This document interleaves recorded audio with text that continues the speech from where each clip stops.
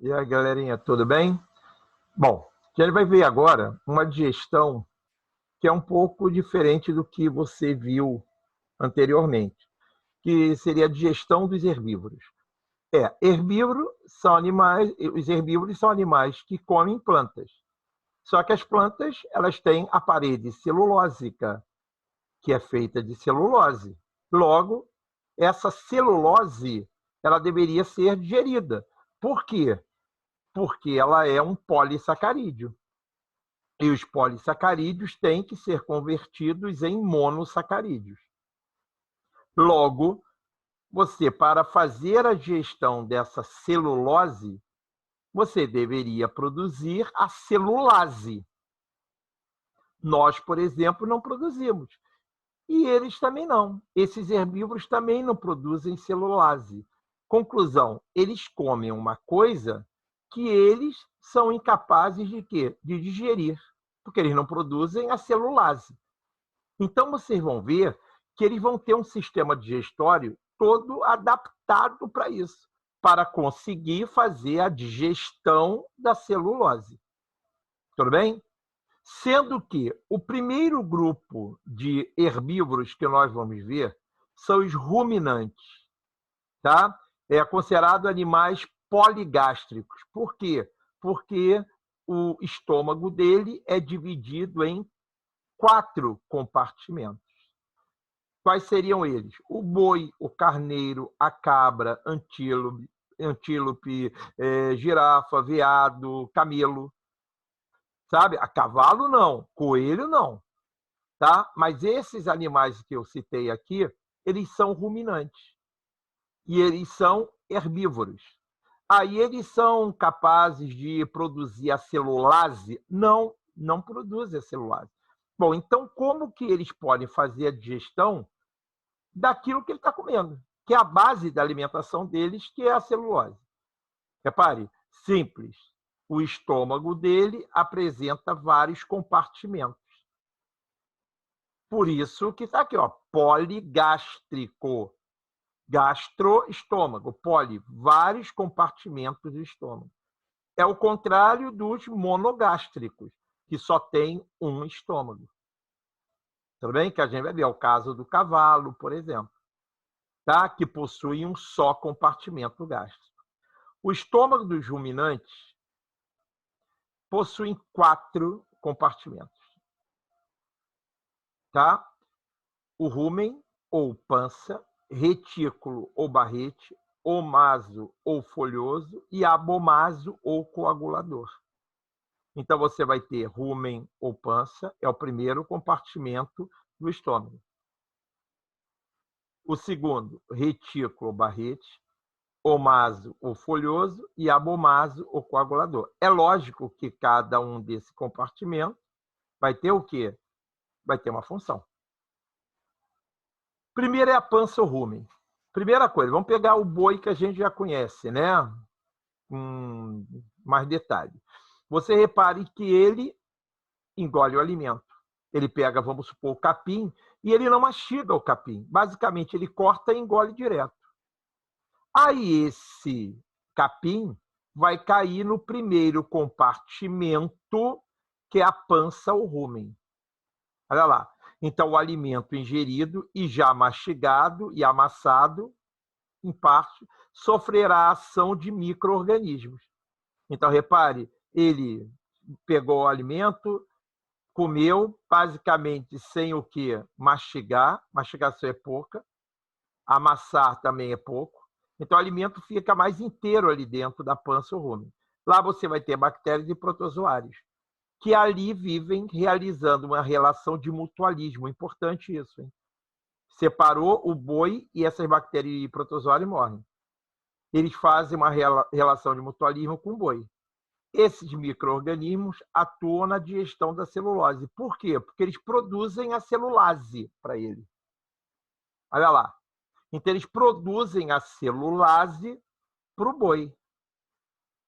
Só que você reparou que o que eu falei aqui, o alimento é mastigado, mas não é muito mastigado. Então, a superfície de contato ainda é muito pequena. Veja. Outra, Nesse processo serão produzidos também ácidos. Por exemplo, um exemplo é o ácido acético, que são absorvidos pela parede da pança, do rumen. E o próprio boi vai usar esses ácidos como fonte de energia. As células do boi vai o quê? Ele vai utilizar esses ácidos como fonte de energia lá no cio de Krebs. Repare, olha lá. Outra coisa, eles também liberam vitaminas, tá? E alguns gases. O famoso é o metano e o próprio gás carbônico, né? Que aí a gente fala do efeito estufa lá, devido aos ruminantes, aquilo todo. Então você vai perceber que o alimento fica nessa pança um tempão. Ela fica um tempo lá. Com o quê? Com essas bactérias e protozoários liberando celulase. Só que, como eu falei para você, o alimento ainda foi pouco mastigado e pouco amassado. Conclusão, superfície de contato ainda é pequena. Mas o que é que você vai ter ali? Celulase atuando sobre esse alimento. E como eu falei, libera ácido. O boi tem vantagem porque recebe o quê? Esses ácidos que tiram energia. Tudo bem? E vitaminas também, que esses protozoários e bactérias produzem. Depois, ele vai para o barrete ou retículo. Esse é o segundo compartimento para onde o alimento segue. Eu vou colocar um pouco mais aqui adiante para você entender. Ó, o alimento sai da boca, primeira coisa que ele vai para o rumen, que é esse maior compartimento aqui. Ó.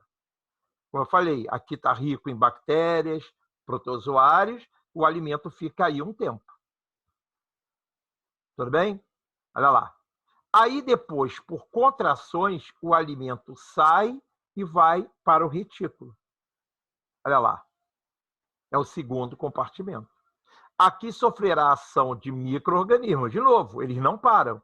Os micro-organismos, ou seja, as bactérias e protozoários, continuam com a digestão celulosa. O alimento mistura-se com a saliva, porque ali dentro tem glândulas semelhantes às salivares, que aquele alimento, então, vai ser umedecido, lubrificado, tá? E é regurgitado. Em outras palavras, esse alimento volta para a boca.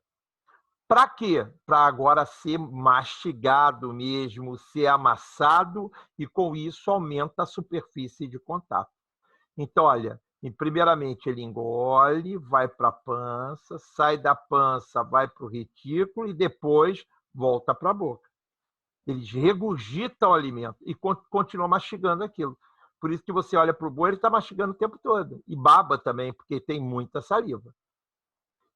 Olha lá. Então, para que seja novamente mastigado. Então, a função qual é do barrete ou retículo? Simples. Ele mistura com a saliva e forma pequenas porções do alimento. Ele vai contraindo e vai formando pequenas bolas de alimento. Para exatamente esse alimento que voltar para a boca. Tudo bem? Aí ele engole esse alimento. Agora de novo. E agora ele não vai mais nem para a pança, para o retículo. Ele vai para o omáso. Olha lá. Ou folhoso. Após ser novamente mastigado, lá na boca, o alimento segue para esse terceiro compartimento, onde parte da água presente é removida, então há uma reabsorção de água, né? A água vai ser reabsorvida e será triturado. Agora, contrações muito fortes do omaso vai fazer com que esse alimento seja amassado, triturado. Qual é a vantagem disso? Os micro-organismos que também estão aqui, repare, vão continuar a produzir celulose, ou melhor, desculpe, celulase, e essa celulase vai ter o quê? Uma superfície de contato maior. E, finalmente, ele vai para o coagulador ou abomaso. Olha ele aqui, ó. Sai do omaso e vai para o abomaso. Ó, então é isso. Vai para a pança, retículo, boca, volta para o omaso e agora vai para o abomaso. Na realidade, o abomaso ou coagulador é o verdadeiro estômago, né? Igualzinho ao nosso. Nesse compartimento, o alimento e os micro-organismos presentes são digeridos. Inclusive, essas bactérias, esses protozoários, eles são grandes fontes de quê? De aminoácidos para o ruminante. Repare, eles serão digeridos e eles vão liberar muitos aminoácidos para o animal. Porque vegetal, a quantidade de proteína que o vegetal é menor que a carne. Então, eles se alimentam de vegetal. Então, quem é o grande fornecedor, né? Ou melhor, um dos fornecedores de aminoácidos? Os próprios micro-organismos que são digeridos. Só que tem a pepsina e o ácido clorídrico. Reparou uma coisa? Igualzinho ao nosso estômago, né? Atua a pepsina e o ácido clorídrico. Tá? E a digestão é finalizada no intestino e o alimento é absorvido. O intestino é muito semelhante ao nosso. Tá? Só que o intestino de um herbívoro é mais longo do que o intestino de um carnívoro. É uma diferença. Mas vai ter fígado, vai ter bile, pâncreas, mesma coisa. Tudo bem? Agora, você reparou que é uma digestão de ruminantes. Ou seja, como eu falei, animais poligástricos. Porque ele vai ter o quê? Ele vai ter 1, 2, 3 e 4 compartimentos. Poligástrico, num único estômago. Agora, você vai ter... Olha aqui, olha que legal, essa figura. Ó. Então, você vai ter aqui o rumen, olha lá, que é a pança, o retículo, que você vê isso muito em açougue, é a dobradinha, olha lá, dobradinha igualzinho a isso aqui, que você vai perceber. O omaso e o abomaso, olha lá. Olha uma foto realmente do estômago lá de um ruminante, de um boi. Nesse caso aqui é do boi. Veja. Tudo bem? E você vai ter agora os herbívoros monogástricos, ou seja, só tem um estômago. Cavalo, jumento, zebra e coelho, entre eles. Os micro-organismos que atuam na digestão da celulose são bactérias e protozoários. Tudo bem? E estão presentes no intestino grosso, geralmente uma região chamada de ceco ou apêndice cecal.